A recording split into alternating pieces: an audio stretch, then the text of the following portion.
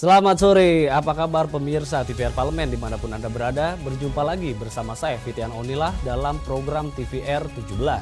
Tepat pukul 17 waktu Indonesia Barat, kami hadirkan kepada Anda sejumlah informasi paling baru dan menarik seputar kinerja dan kegiatan DPR RI yang telah disajikan oleh redaksi TVR Parlemen. Inilah TVR 17 edisi Jumat 12 Agustus 2022.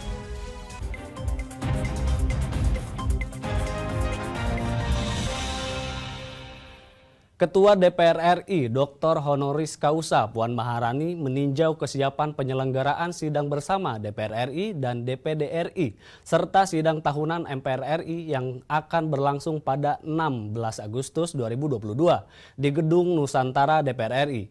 Puan memastikan semua persiapan sudah sesuai dengan protokol kesehatan dan standar protokol kenegaraan. Ketua DPR RI Dr. Honoris Causa Puan Maharani meninjau kesiapan penyelenggaraan sidang bersama DPR RI dan DPD RI serta sidang tahunan MPR RI yang akan berlangsung pada 16 Agustus 2022 di Gedung Nusantara DPR RI.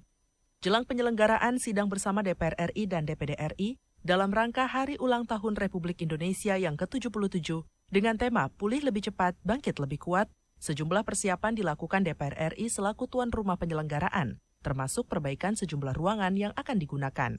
Puan Maharani didampingi Sekretaris Jenderal DPR RI Indra Iskandar meninjau kesiapan fasilitas yang akan digunakan di dalam Gedung Nusantara, di antaranya podium pimpinan sidang dan podium untuk digunakan Presiden saat menyampaikan pidato kenegaraan. Hal ini penting agar acara berjalan lancar dan kondusif. Oke, ininya nih, polos aja gitu loh kan, nggak usah kayak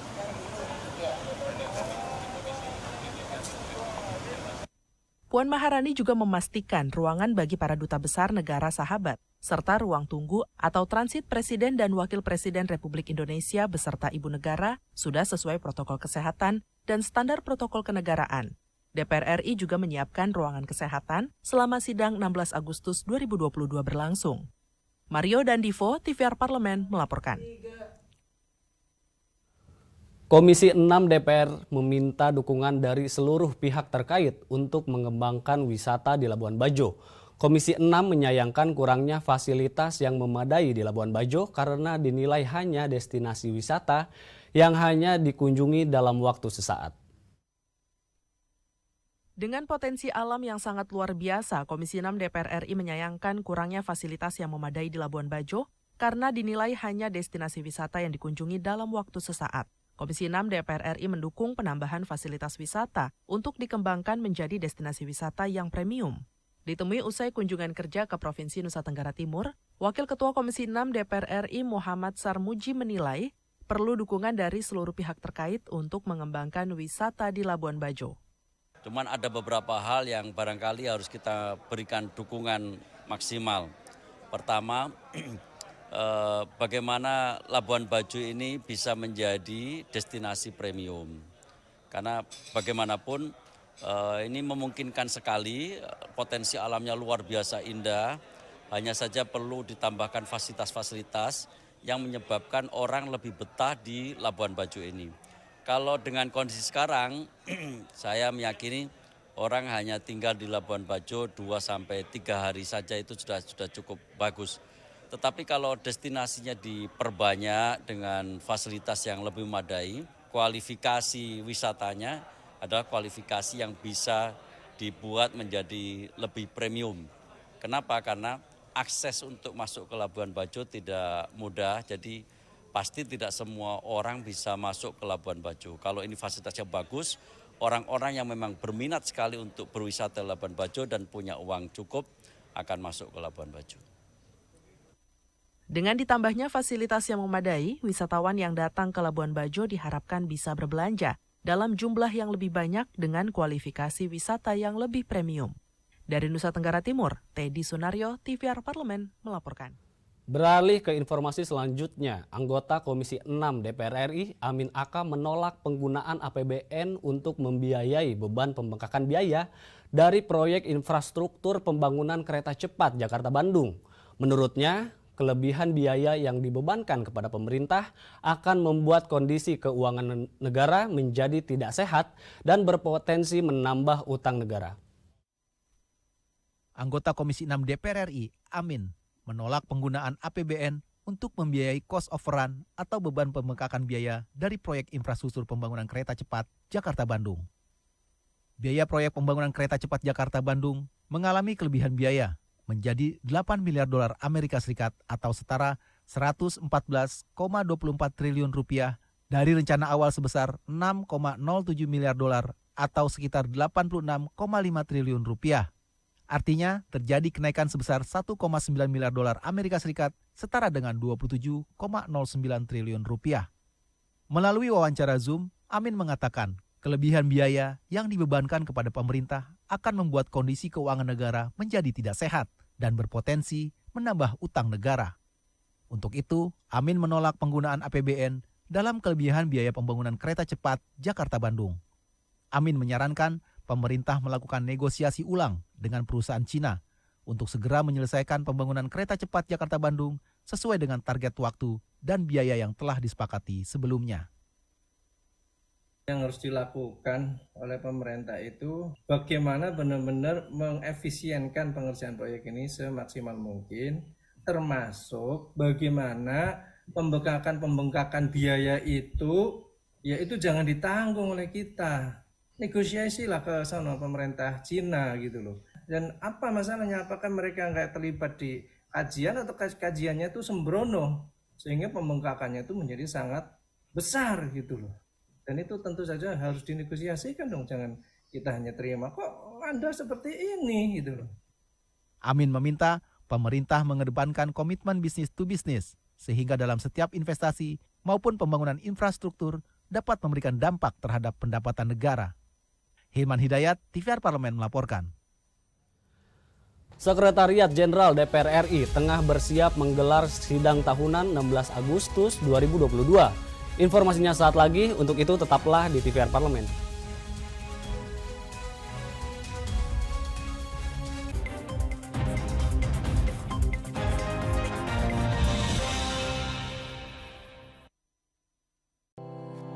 Tugas dan fungsi DPR RI sangat penting bagi negeri ini sebagai pengemban amanat rakyat. Namun tidak banyak yang tahu apa saja fungsi dan tugas dari DPR. DPR mempunyai 3 fungsi pokok, yaitu legislasi, anggaran, dan pengawasan. Ketiga fungsi tersebut harus dilaksanakan dalam kerangka fungsi representasi yang mengedepankan kepentingan rakyat berdasarkan aspirasi masyarakat dan untuk kesejahteraan rakyat. Dari fungsi legislasi, DPR RI mempunyai tugas dan wewenang untuk menyusun dan menetapkan program legislasi nasional bersama dengan pemerintah, menyusun dan membahas rancangan undang-undang, menerima rancangan undang-undang dari DPD, membahas rancangan undang-undang yang diusulkan oleh Presiden ataupun DPD, menetapkan undang-undang bersama dengan Presiden, menyetujui atau tidak menyetujui peraturan pemerintah pengganti undang-undang yang diajukan Presiden untuk ditetapkan menjadi undang-undang.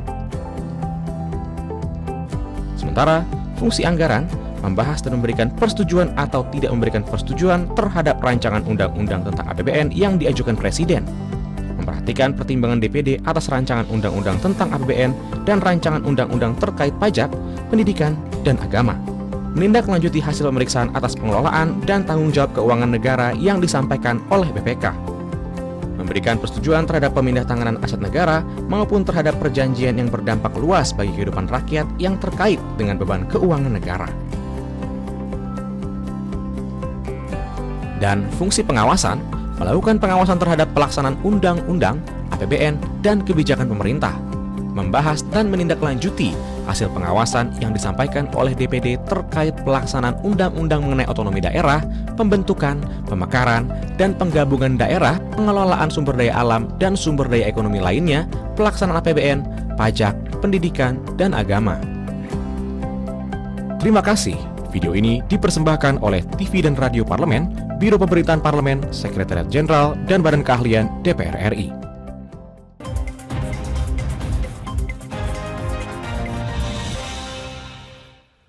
(16 Agustus selalu menjadi hari sibuk untuk DPR, MPR, dan DPD. Pada hari itu, ketiga lembaga mengadakan agenda rutin sidang tahunan MPR RI, sidang bersama DPR dan DPD RI, dan sidang paripurna DPR RI. Sekretaris Jenderal DPR RI, Indra Iskandar menyatakan sidang bersama yang digelar pada 16 Agustus 2022 mendatang akan dilaksanakan dengan protokol kesehatan yang ketat. Berikut liputan mendalam yang telah dirangkum oleh tim redaksi TVR Parlemen dalam segmen editorial Parlemen.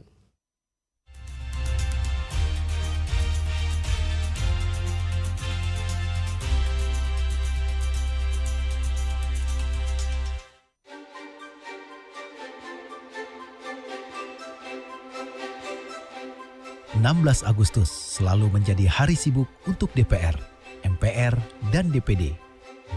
Pada hari itu, ketiga lembaga mengadakan agenda rutin, sidang tahunan MPR RI, sidang bersama DPR RI, DPD RI, dan sidang paripurna DPR RI. Di pagi hari, Presiden Jokowi akan membacakan pidato kenegaraan dalam sidang tahunan MPR RI. Dilanjutkan sidang bersama DPR, DPD. Terakhir, agenda 16 Agustus ditutup dengan sidang paripurna RAPBN. Pada tahun 2021, 60 orang hadir secara fisik. Untuk tahun 2022, sidang tahunan akan dihadiri Presiden dan Wakil Presiden serta 575 anggota MPR, DPR, dan DPD RI hadir. Ditambah unsur pemerintah, semua Menko, Menteri, dan segenap pimpinan lembaga tinggi negara. Belum lama ini, Sekretaris Jenderal DPR RI Indra Iskandar menyatakan, sidang tahunan MPR RI, sidang bersama DPR RI DPD RI, dan sidang paripurna RAPBN tahun anggaran 2023 yang digelar pada 16 Agustus 2022 mendatang. Seluruh agenda akan digelar dengan protokol kesehatan secara ketat. Indra mengungkapkan, swab tes PCR 2 kali 24 jam akan diberlakukan wajib bagi seluruh petugas, termasuk anggota DPR RI, DPD RI, dan MPR RI. Meski suasana pandemi COVID-19 sudah masuk kategori landai, namun aspek protokol kesehatan akan tetap dijalankan secara ketat. Terkait mekanisme pengamanan dalam rangka menyambut kehadiran Presiden Joko Widodo, protokol DPR RI bersama protokol MPR RI, DPD RI, dan protokol kepresidenan mengadakan rapat terkait keamanan Presiden, anggota DPR RI, MPR RI, dan tamu undangan. Usai rapat, Kepala Biro Protokol dan Humas DPR RI, Suratna, mengatakan pihaknya selalu berkoordinasi dengan Pas Pampres dalam mempersiapkan keamanan untuk acara sidang tahunan MPR RI, sidang bersama DPR RI, dan DPD RI, serta sidang paripurna RAPBN tahun anggaran 2023. 24 jam. Untuk keamanan tentu kami akan berkoordinasi terus dengan pihak Pas Pampres sehingga untuk mobilitas orang-orang yang tidak berkepentingan terhadap acara sidang tahunan, sidang bersama maupun sidang APBN akan kita batasi sehingga para ajudan, para ADC, kementerian lembaga ini tidak diperkenankan untuk masuk ke gedung Nusantara. Jadi seluruhnya akan dikoordinasikan, akan kita escort melalui protokol DPR. Dalam kesempatan yang sama, PLT Deputi Bidang Persidangan DPR RI Supri Hartini menyampaikan, susunan acara sudah disahkan untuk acara 16 Agustus 2022. Supri Hartini berharap acara tersebut dapat berjalan dengan lancar, terutama keamanan Presiden yang menjadi tanggung jawab protokol DPR RI bersama Pas Pampres. Insya Allah semua susunan acara yang sudah tadi kita bahas bersama ini sudah fix dan kita berharap semua pelaksanaan sidang 16 Agustus ini dapat berjalan dengan baik dan lancar dan kita semua senantiasa diberikan kesehatan ya sehingga kita bisa menghadiri dan mengikuti sidang 16 Agustus. Nantinya petugas keamanan ditempatkan pada titik-titik vital yang dilalui Presiden dan tamu undangan. Untuk itu, semua petugas keamanan harus negatif COVID-19. Pada agenda sidang tahunan 2022 telah disepakati kehadiran undangan fisik 100%, sehingga membutuhkan strategi pengaturan kehadiran anggota dewan, serta mekanisme agar bahan pidato Presiden bisa didapat oleh segenap pimpinan dan anggota DPR, MPR, dan DPD melalui akses cloud dan QR Code yang bisa diakses secara paperless. Karena masih dalam suasana pandemi COVID-19 dan upaya membatasi mobilitas di area sidang, mekanisme peliputan media tahun ini akan dilakukan pitching melalui TV poll yang akan dilakukan oleh TVR Parlemen. Nah, kami menerapkan menggunakan RFID, jadi semua media itu nanti yang hadir itu dari pengenalnya itu sudah terkoneksi dengan Peduli Lindungi, dengan foto wajahnya. Sebagai penutup, Indra mengingatkan masyarakat yang ingin mengikuti agenda sidang dapat menonton lewat layanan streaming TVR Parlemen, platform media sosial DPR seperti YouTube, Facebook, dan Instagram, juga melalui TV nasional.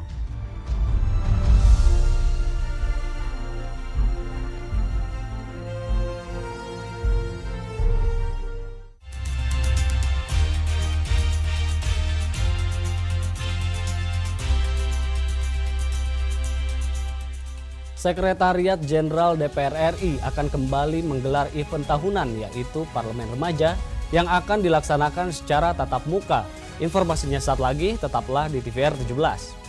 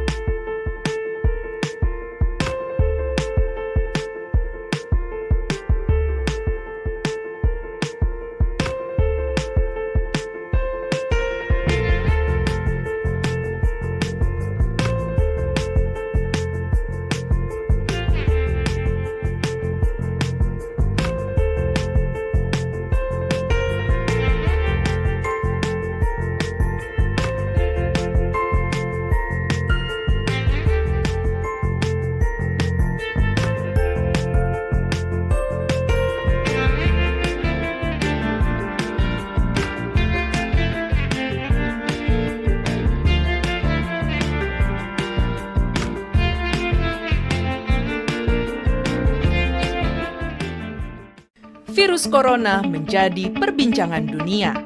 Beberapa negara sudah terjangkit. Ribuan orang di Indonesia terkena virus ini. Kita perlu antisipasi dengan melakukan hal berikut. Cuci tangan dengan sabun dan antiseptik.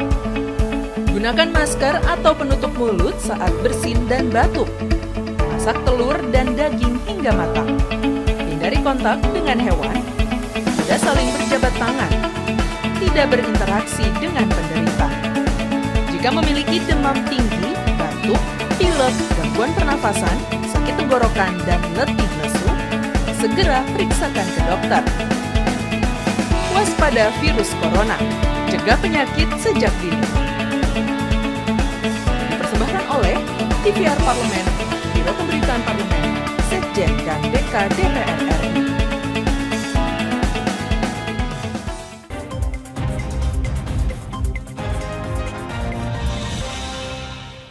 Kembali di TVR 17, Parlemen Remaja merupakan wadah pembelajaran politik bagi generasi muda, khususnya tingkat SMA dan sederajat dari seluruh penjuru wilayah di tanah air.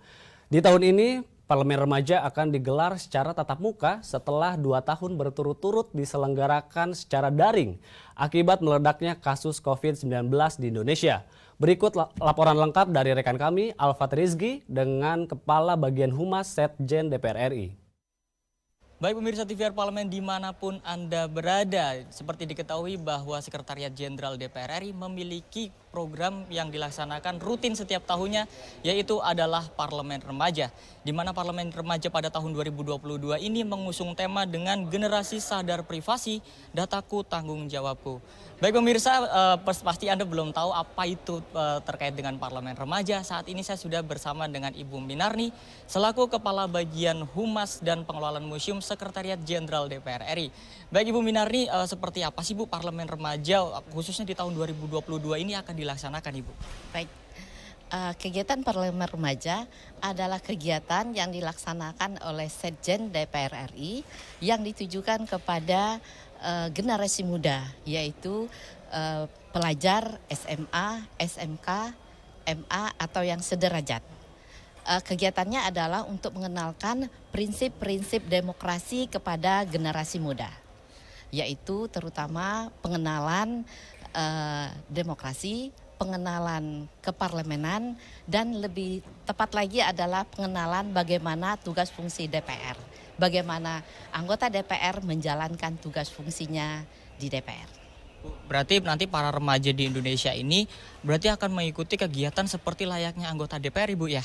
Betul sekali. Jadi kita akan mengenalkan kegiatan keparlemenan ini kepada generasi muda selama 5 hari dengan kegiatan yang menyenangkan.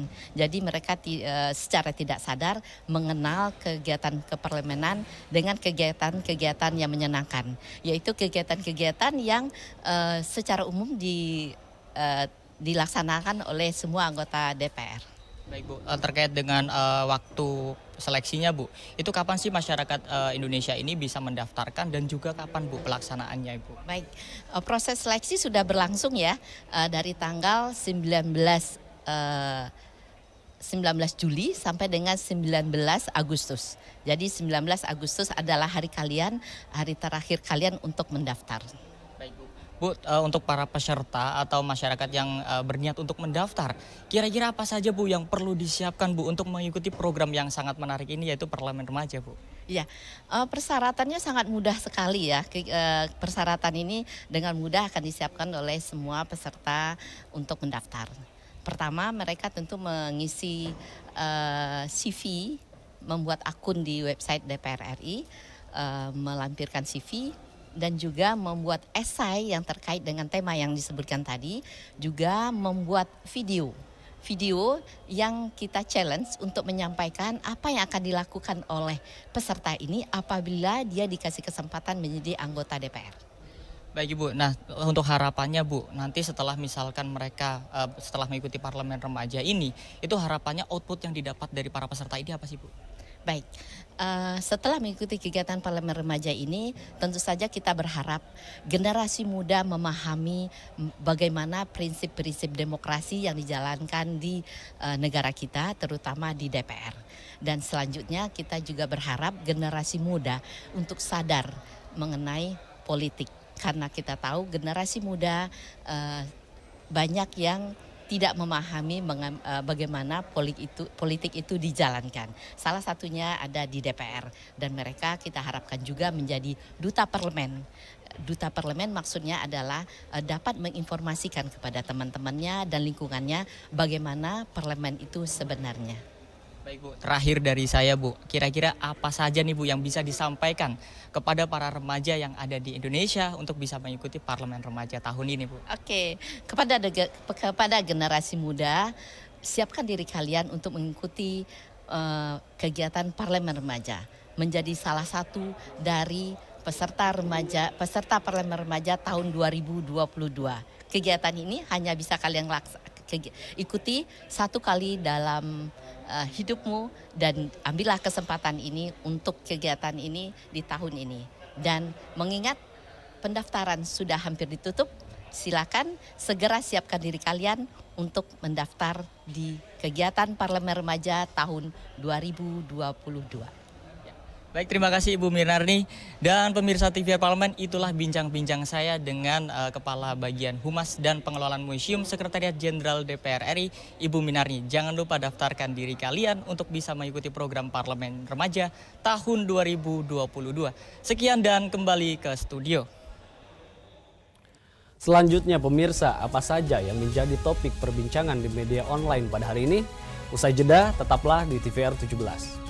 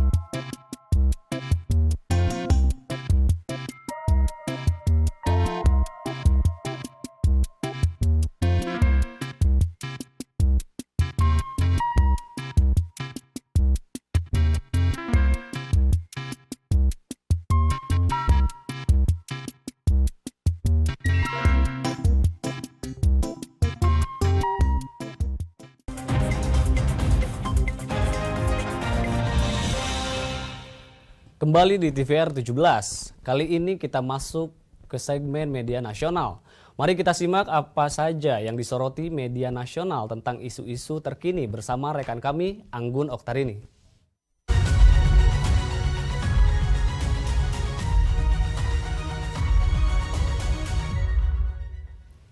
Terima kasih rekan Fitian dan pemirsa TVR Parlemen. Mari kita bahas apa saja yang menjadi headline media online hari ini. Dan berita pertama mengenai DPR dukung kenaikan honor bagi petugas pemilu dan pilkada di 2024.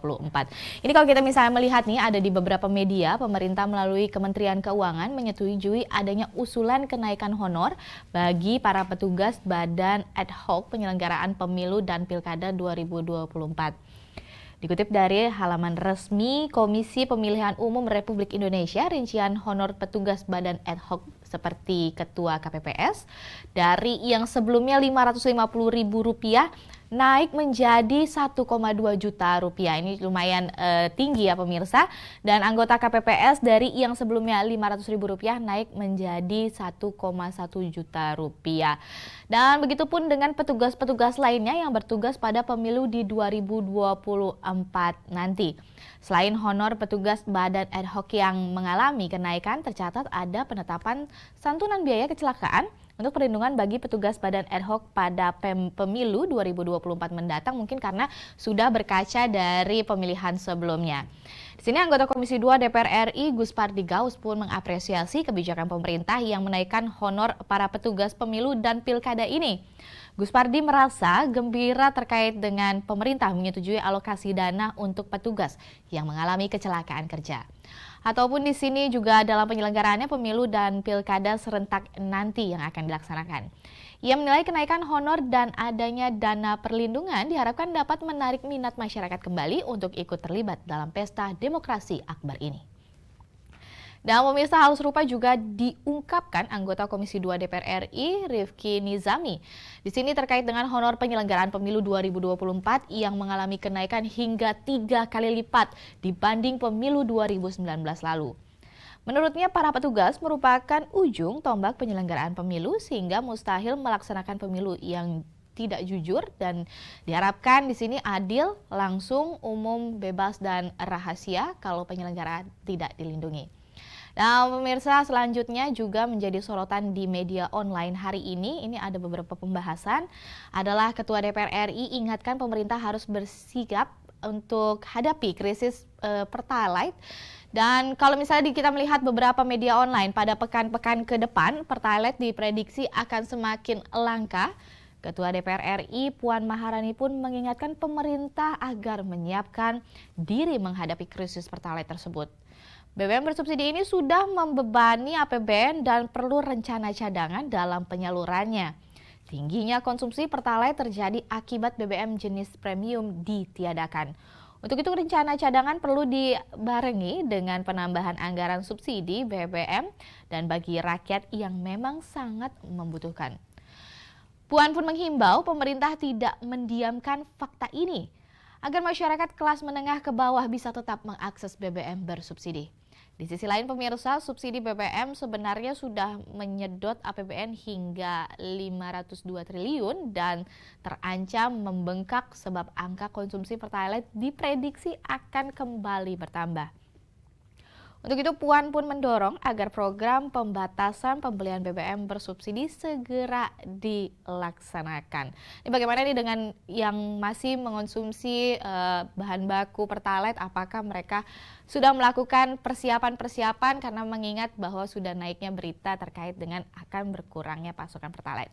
Itu tadi headline media online pada hari ini pemirsa mengenai DPR dukung kenaikan honor petugas pemilu, juga Ketua DPR yang ingatkan pemerintah harus bersiap hadapi krisis Pertalite.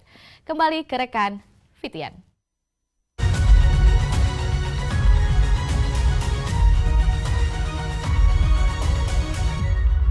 Terima kasih Anggun yang telah menyampaikan sejumlah sorotan dari media online nasional pada hari ini.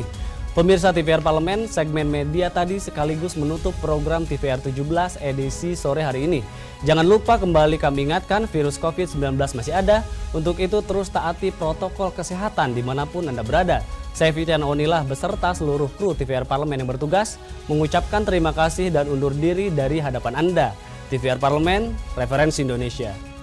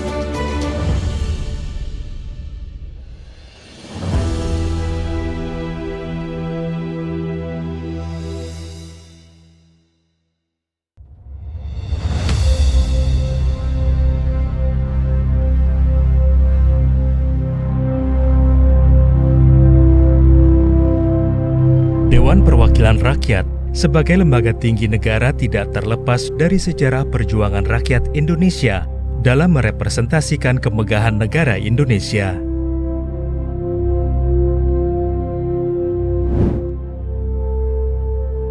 Gedung megah yang menjadi kebanggaan masyarakat Indonesia ini pada awalnya dibangun untuk mempersiapkan sidang Konevo yang merupakan cetusan Presiden pertama Republik Indonesia.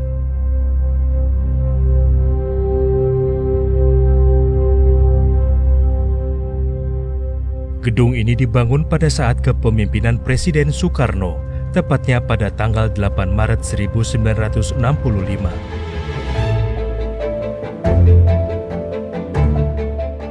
Gedung ini memiliki luas sekitar 80.000 meter persegi. Gedung megah ini memiliki rancangan bangunan yang berbentuk kubah dengan bentuk setengah lingkaran yang melambangkan kepakan sayap burung yang akan lepas landas.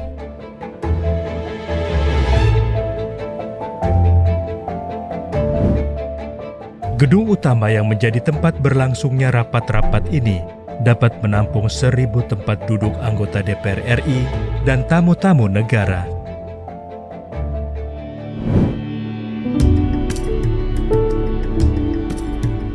Pada tanggal 14 Desember 1990,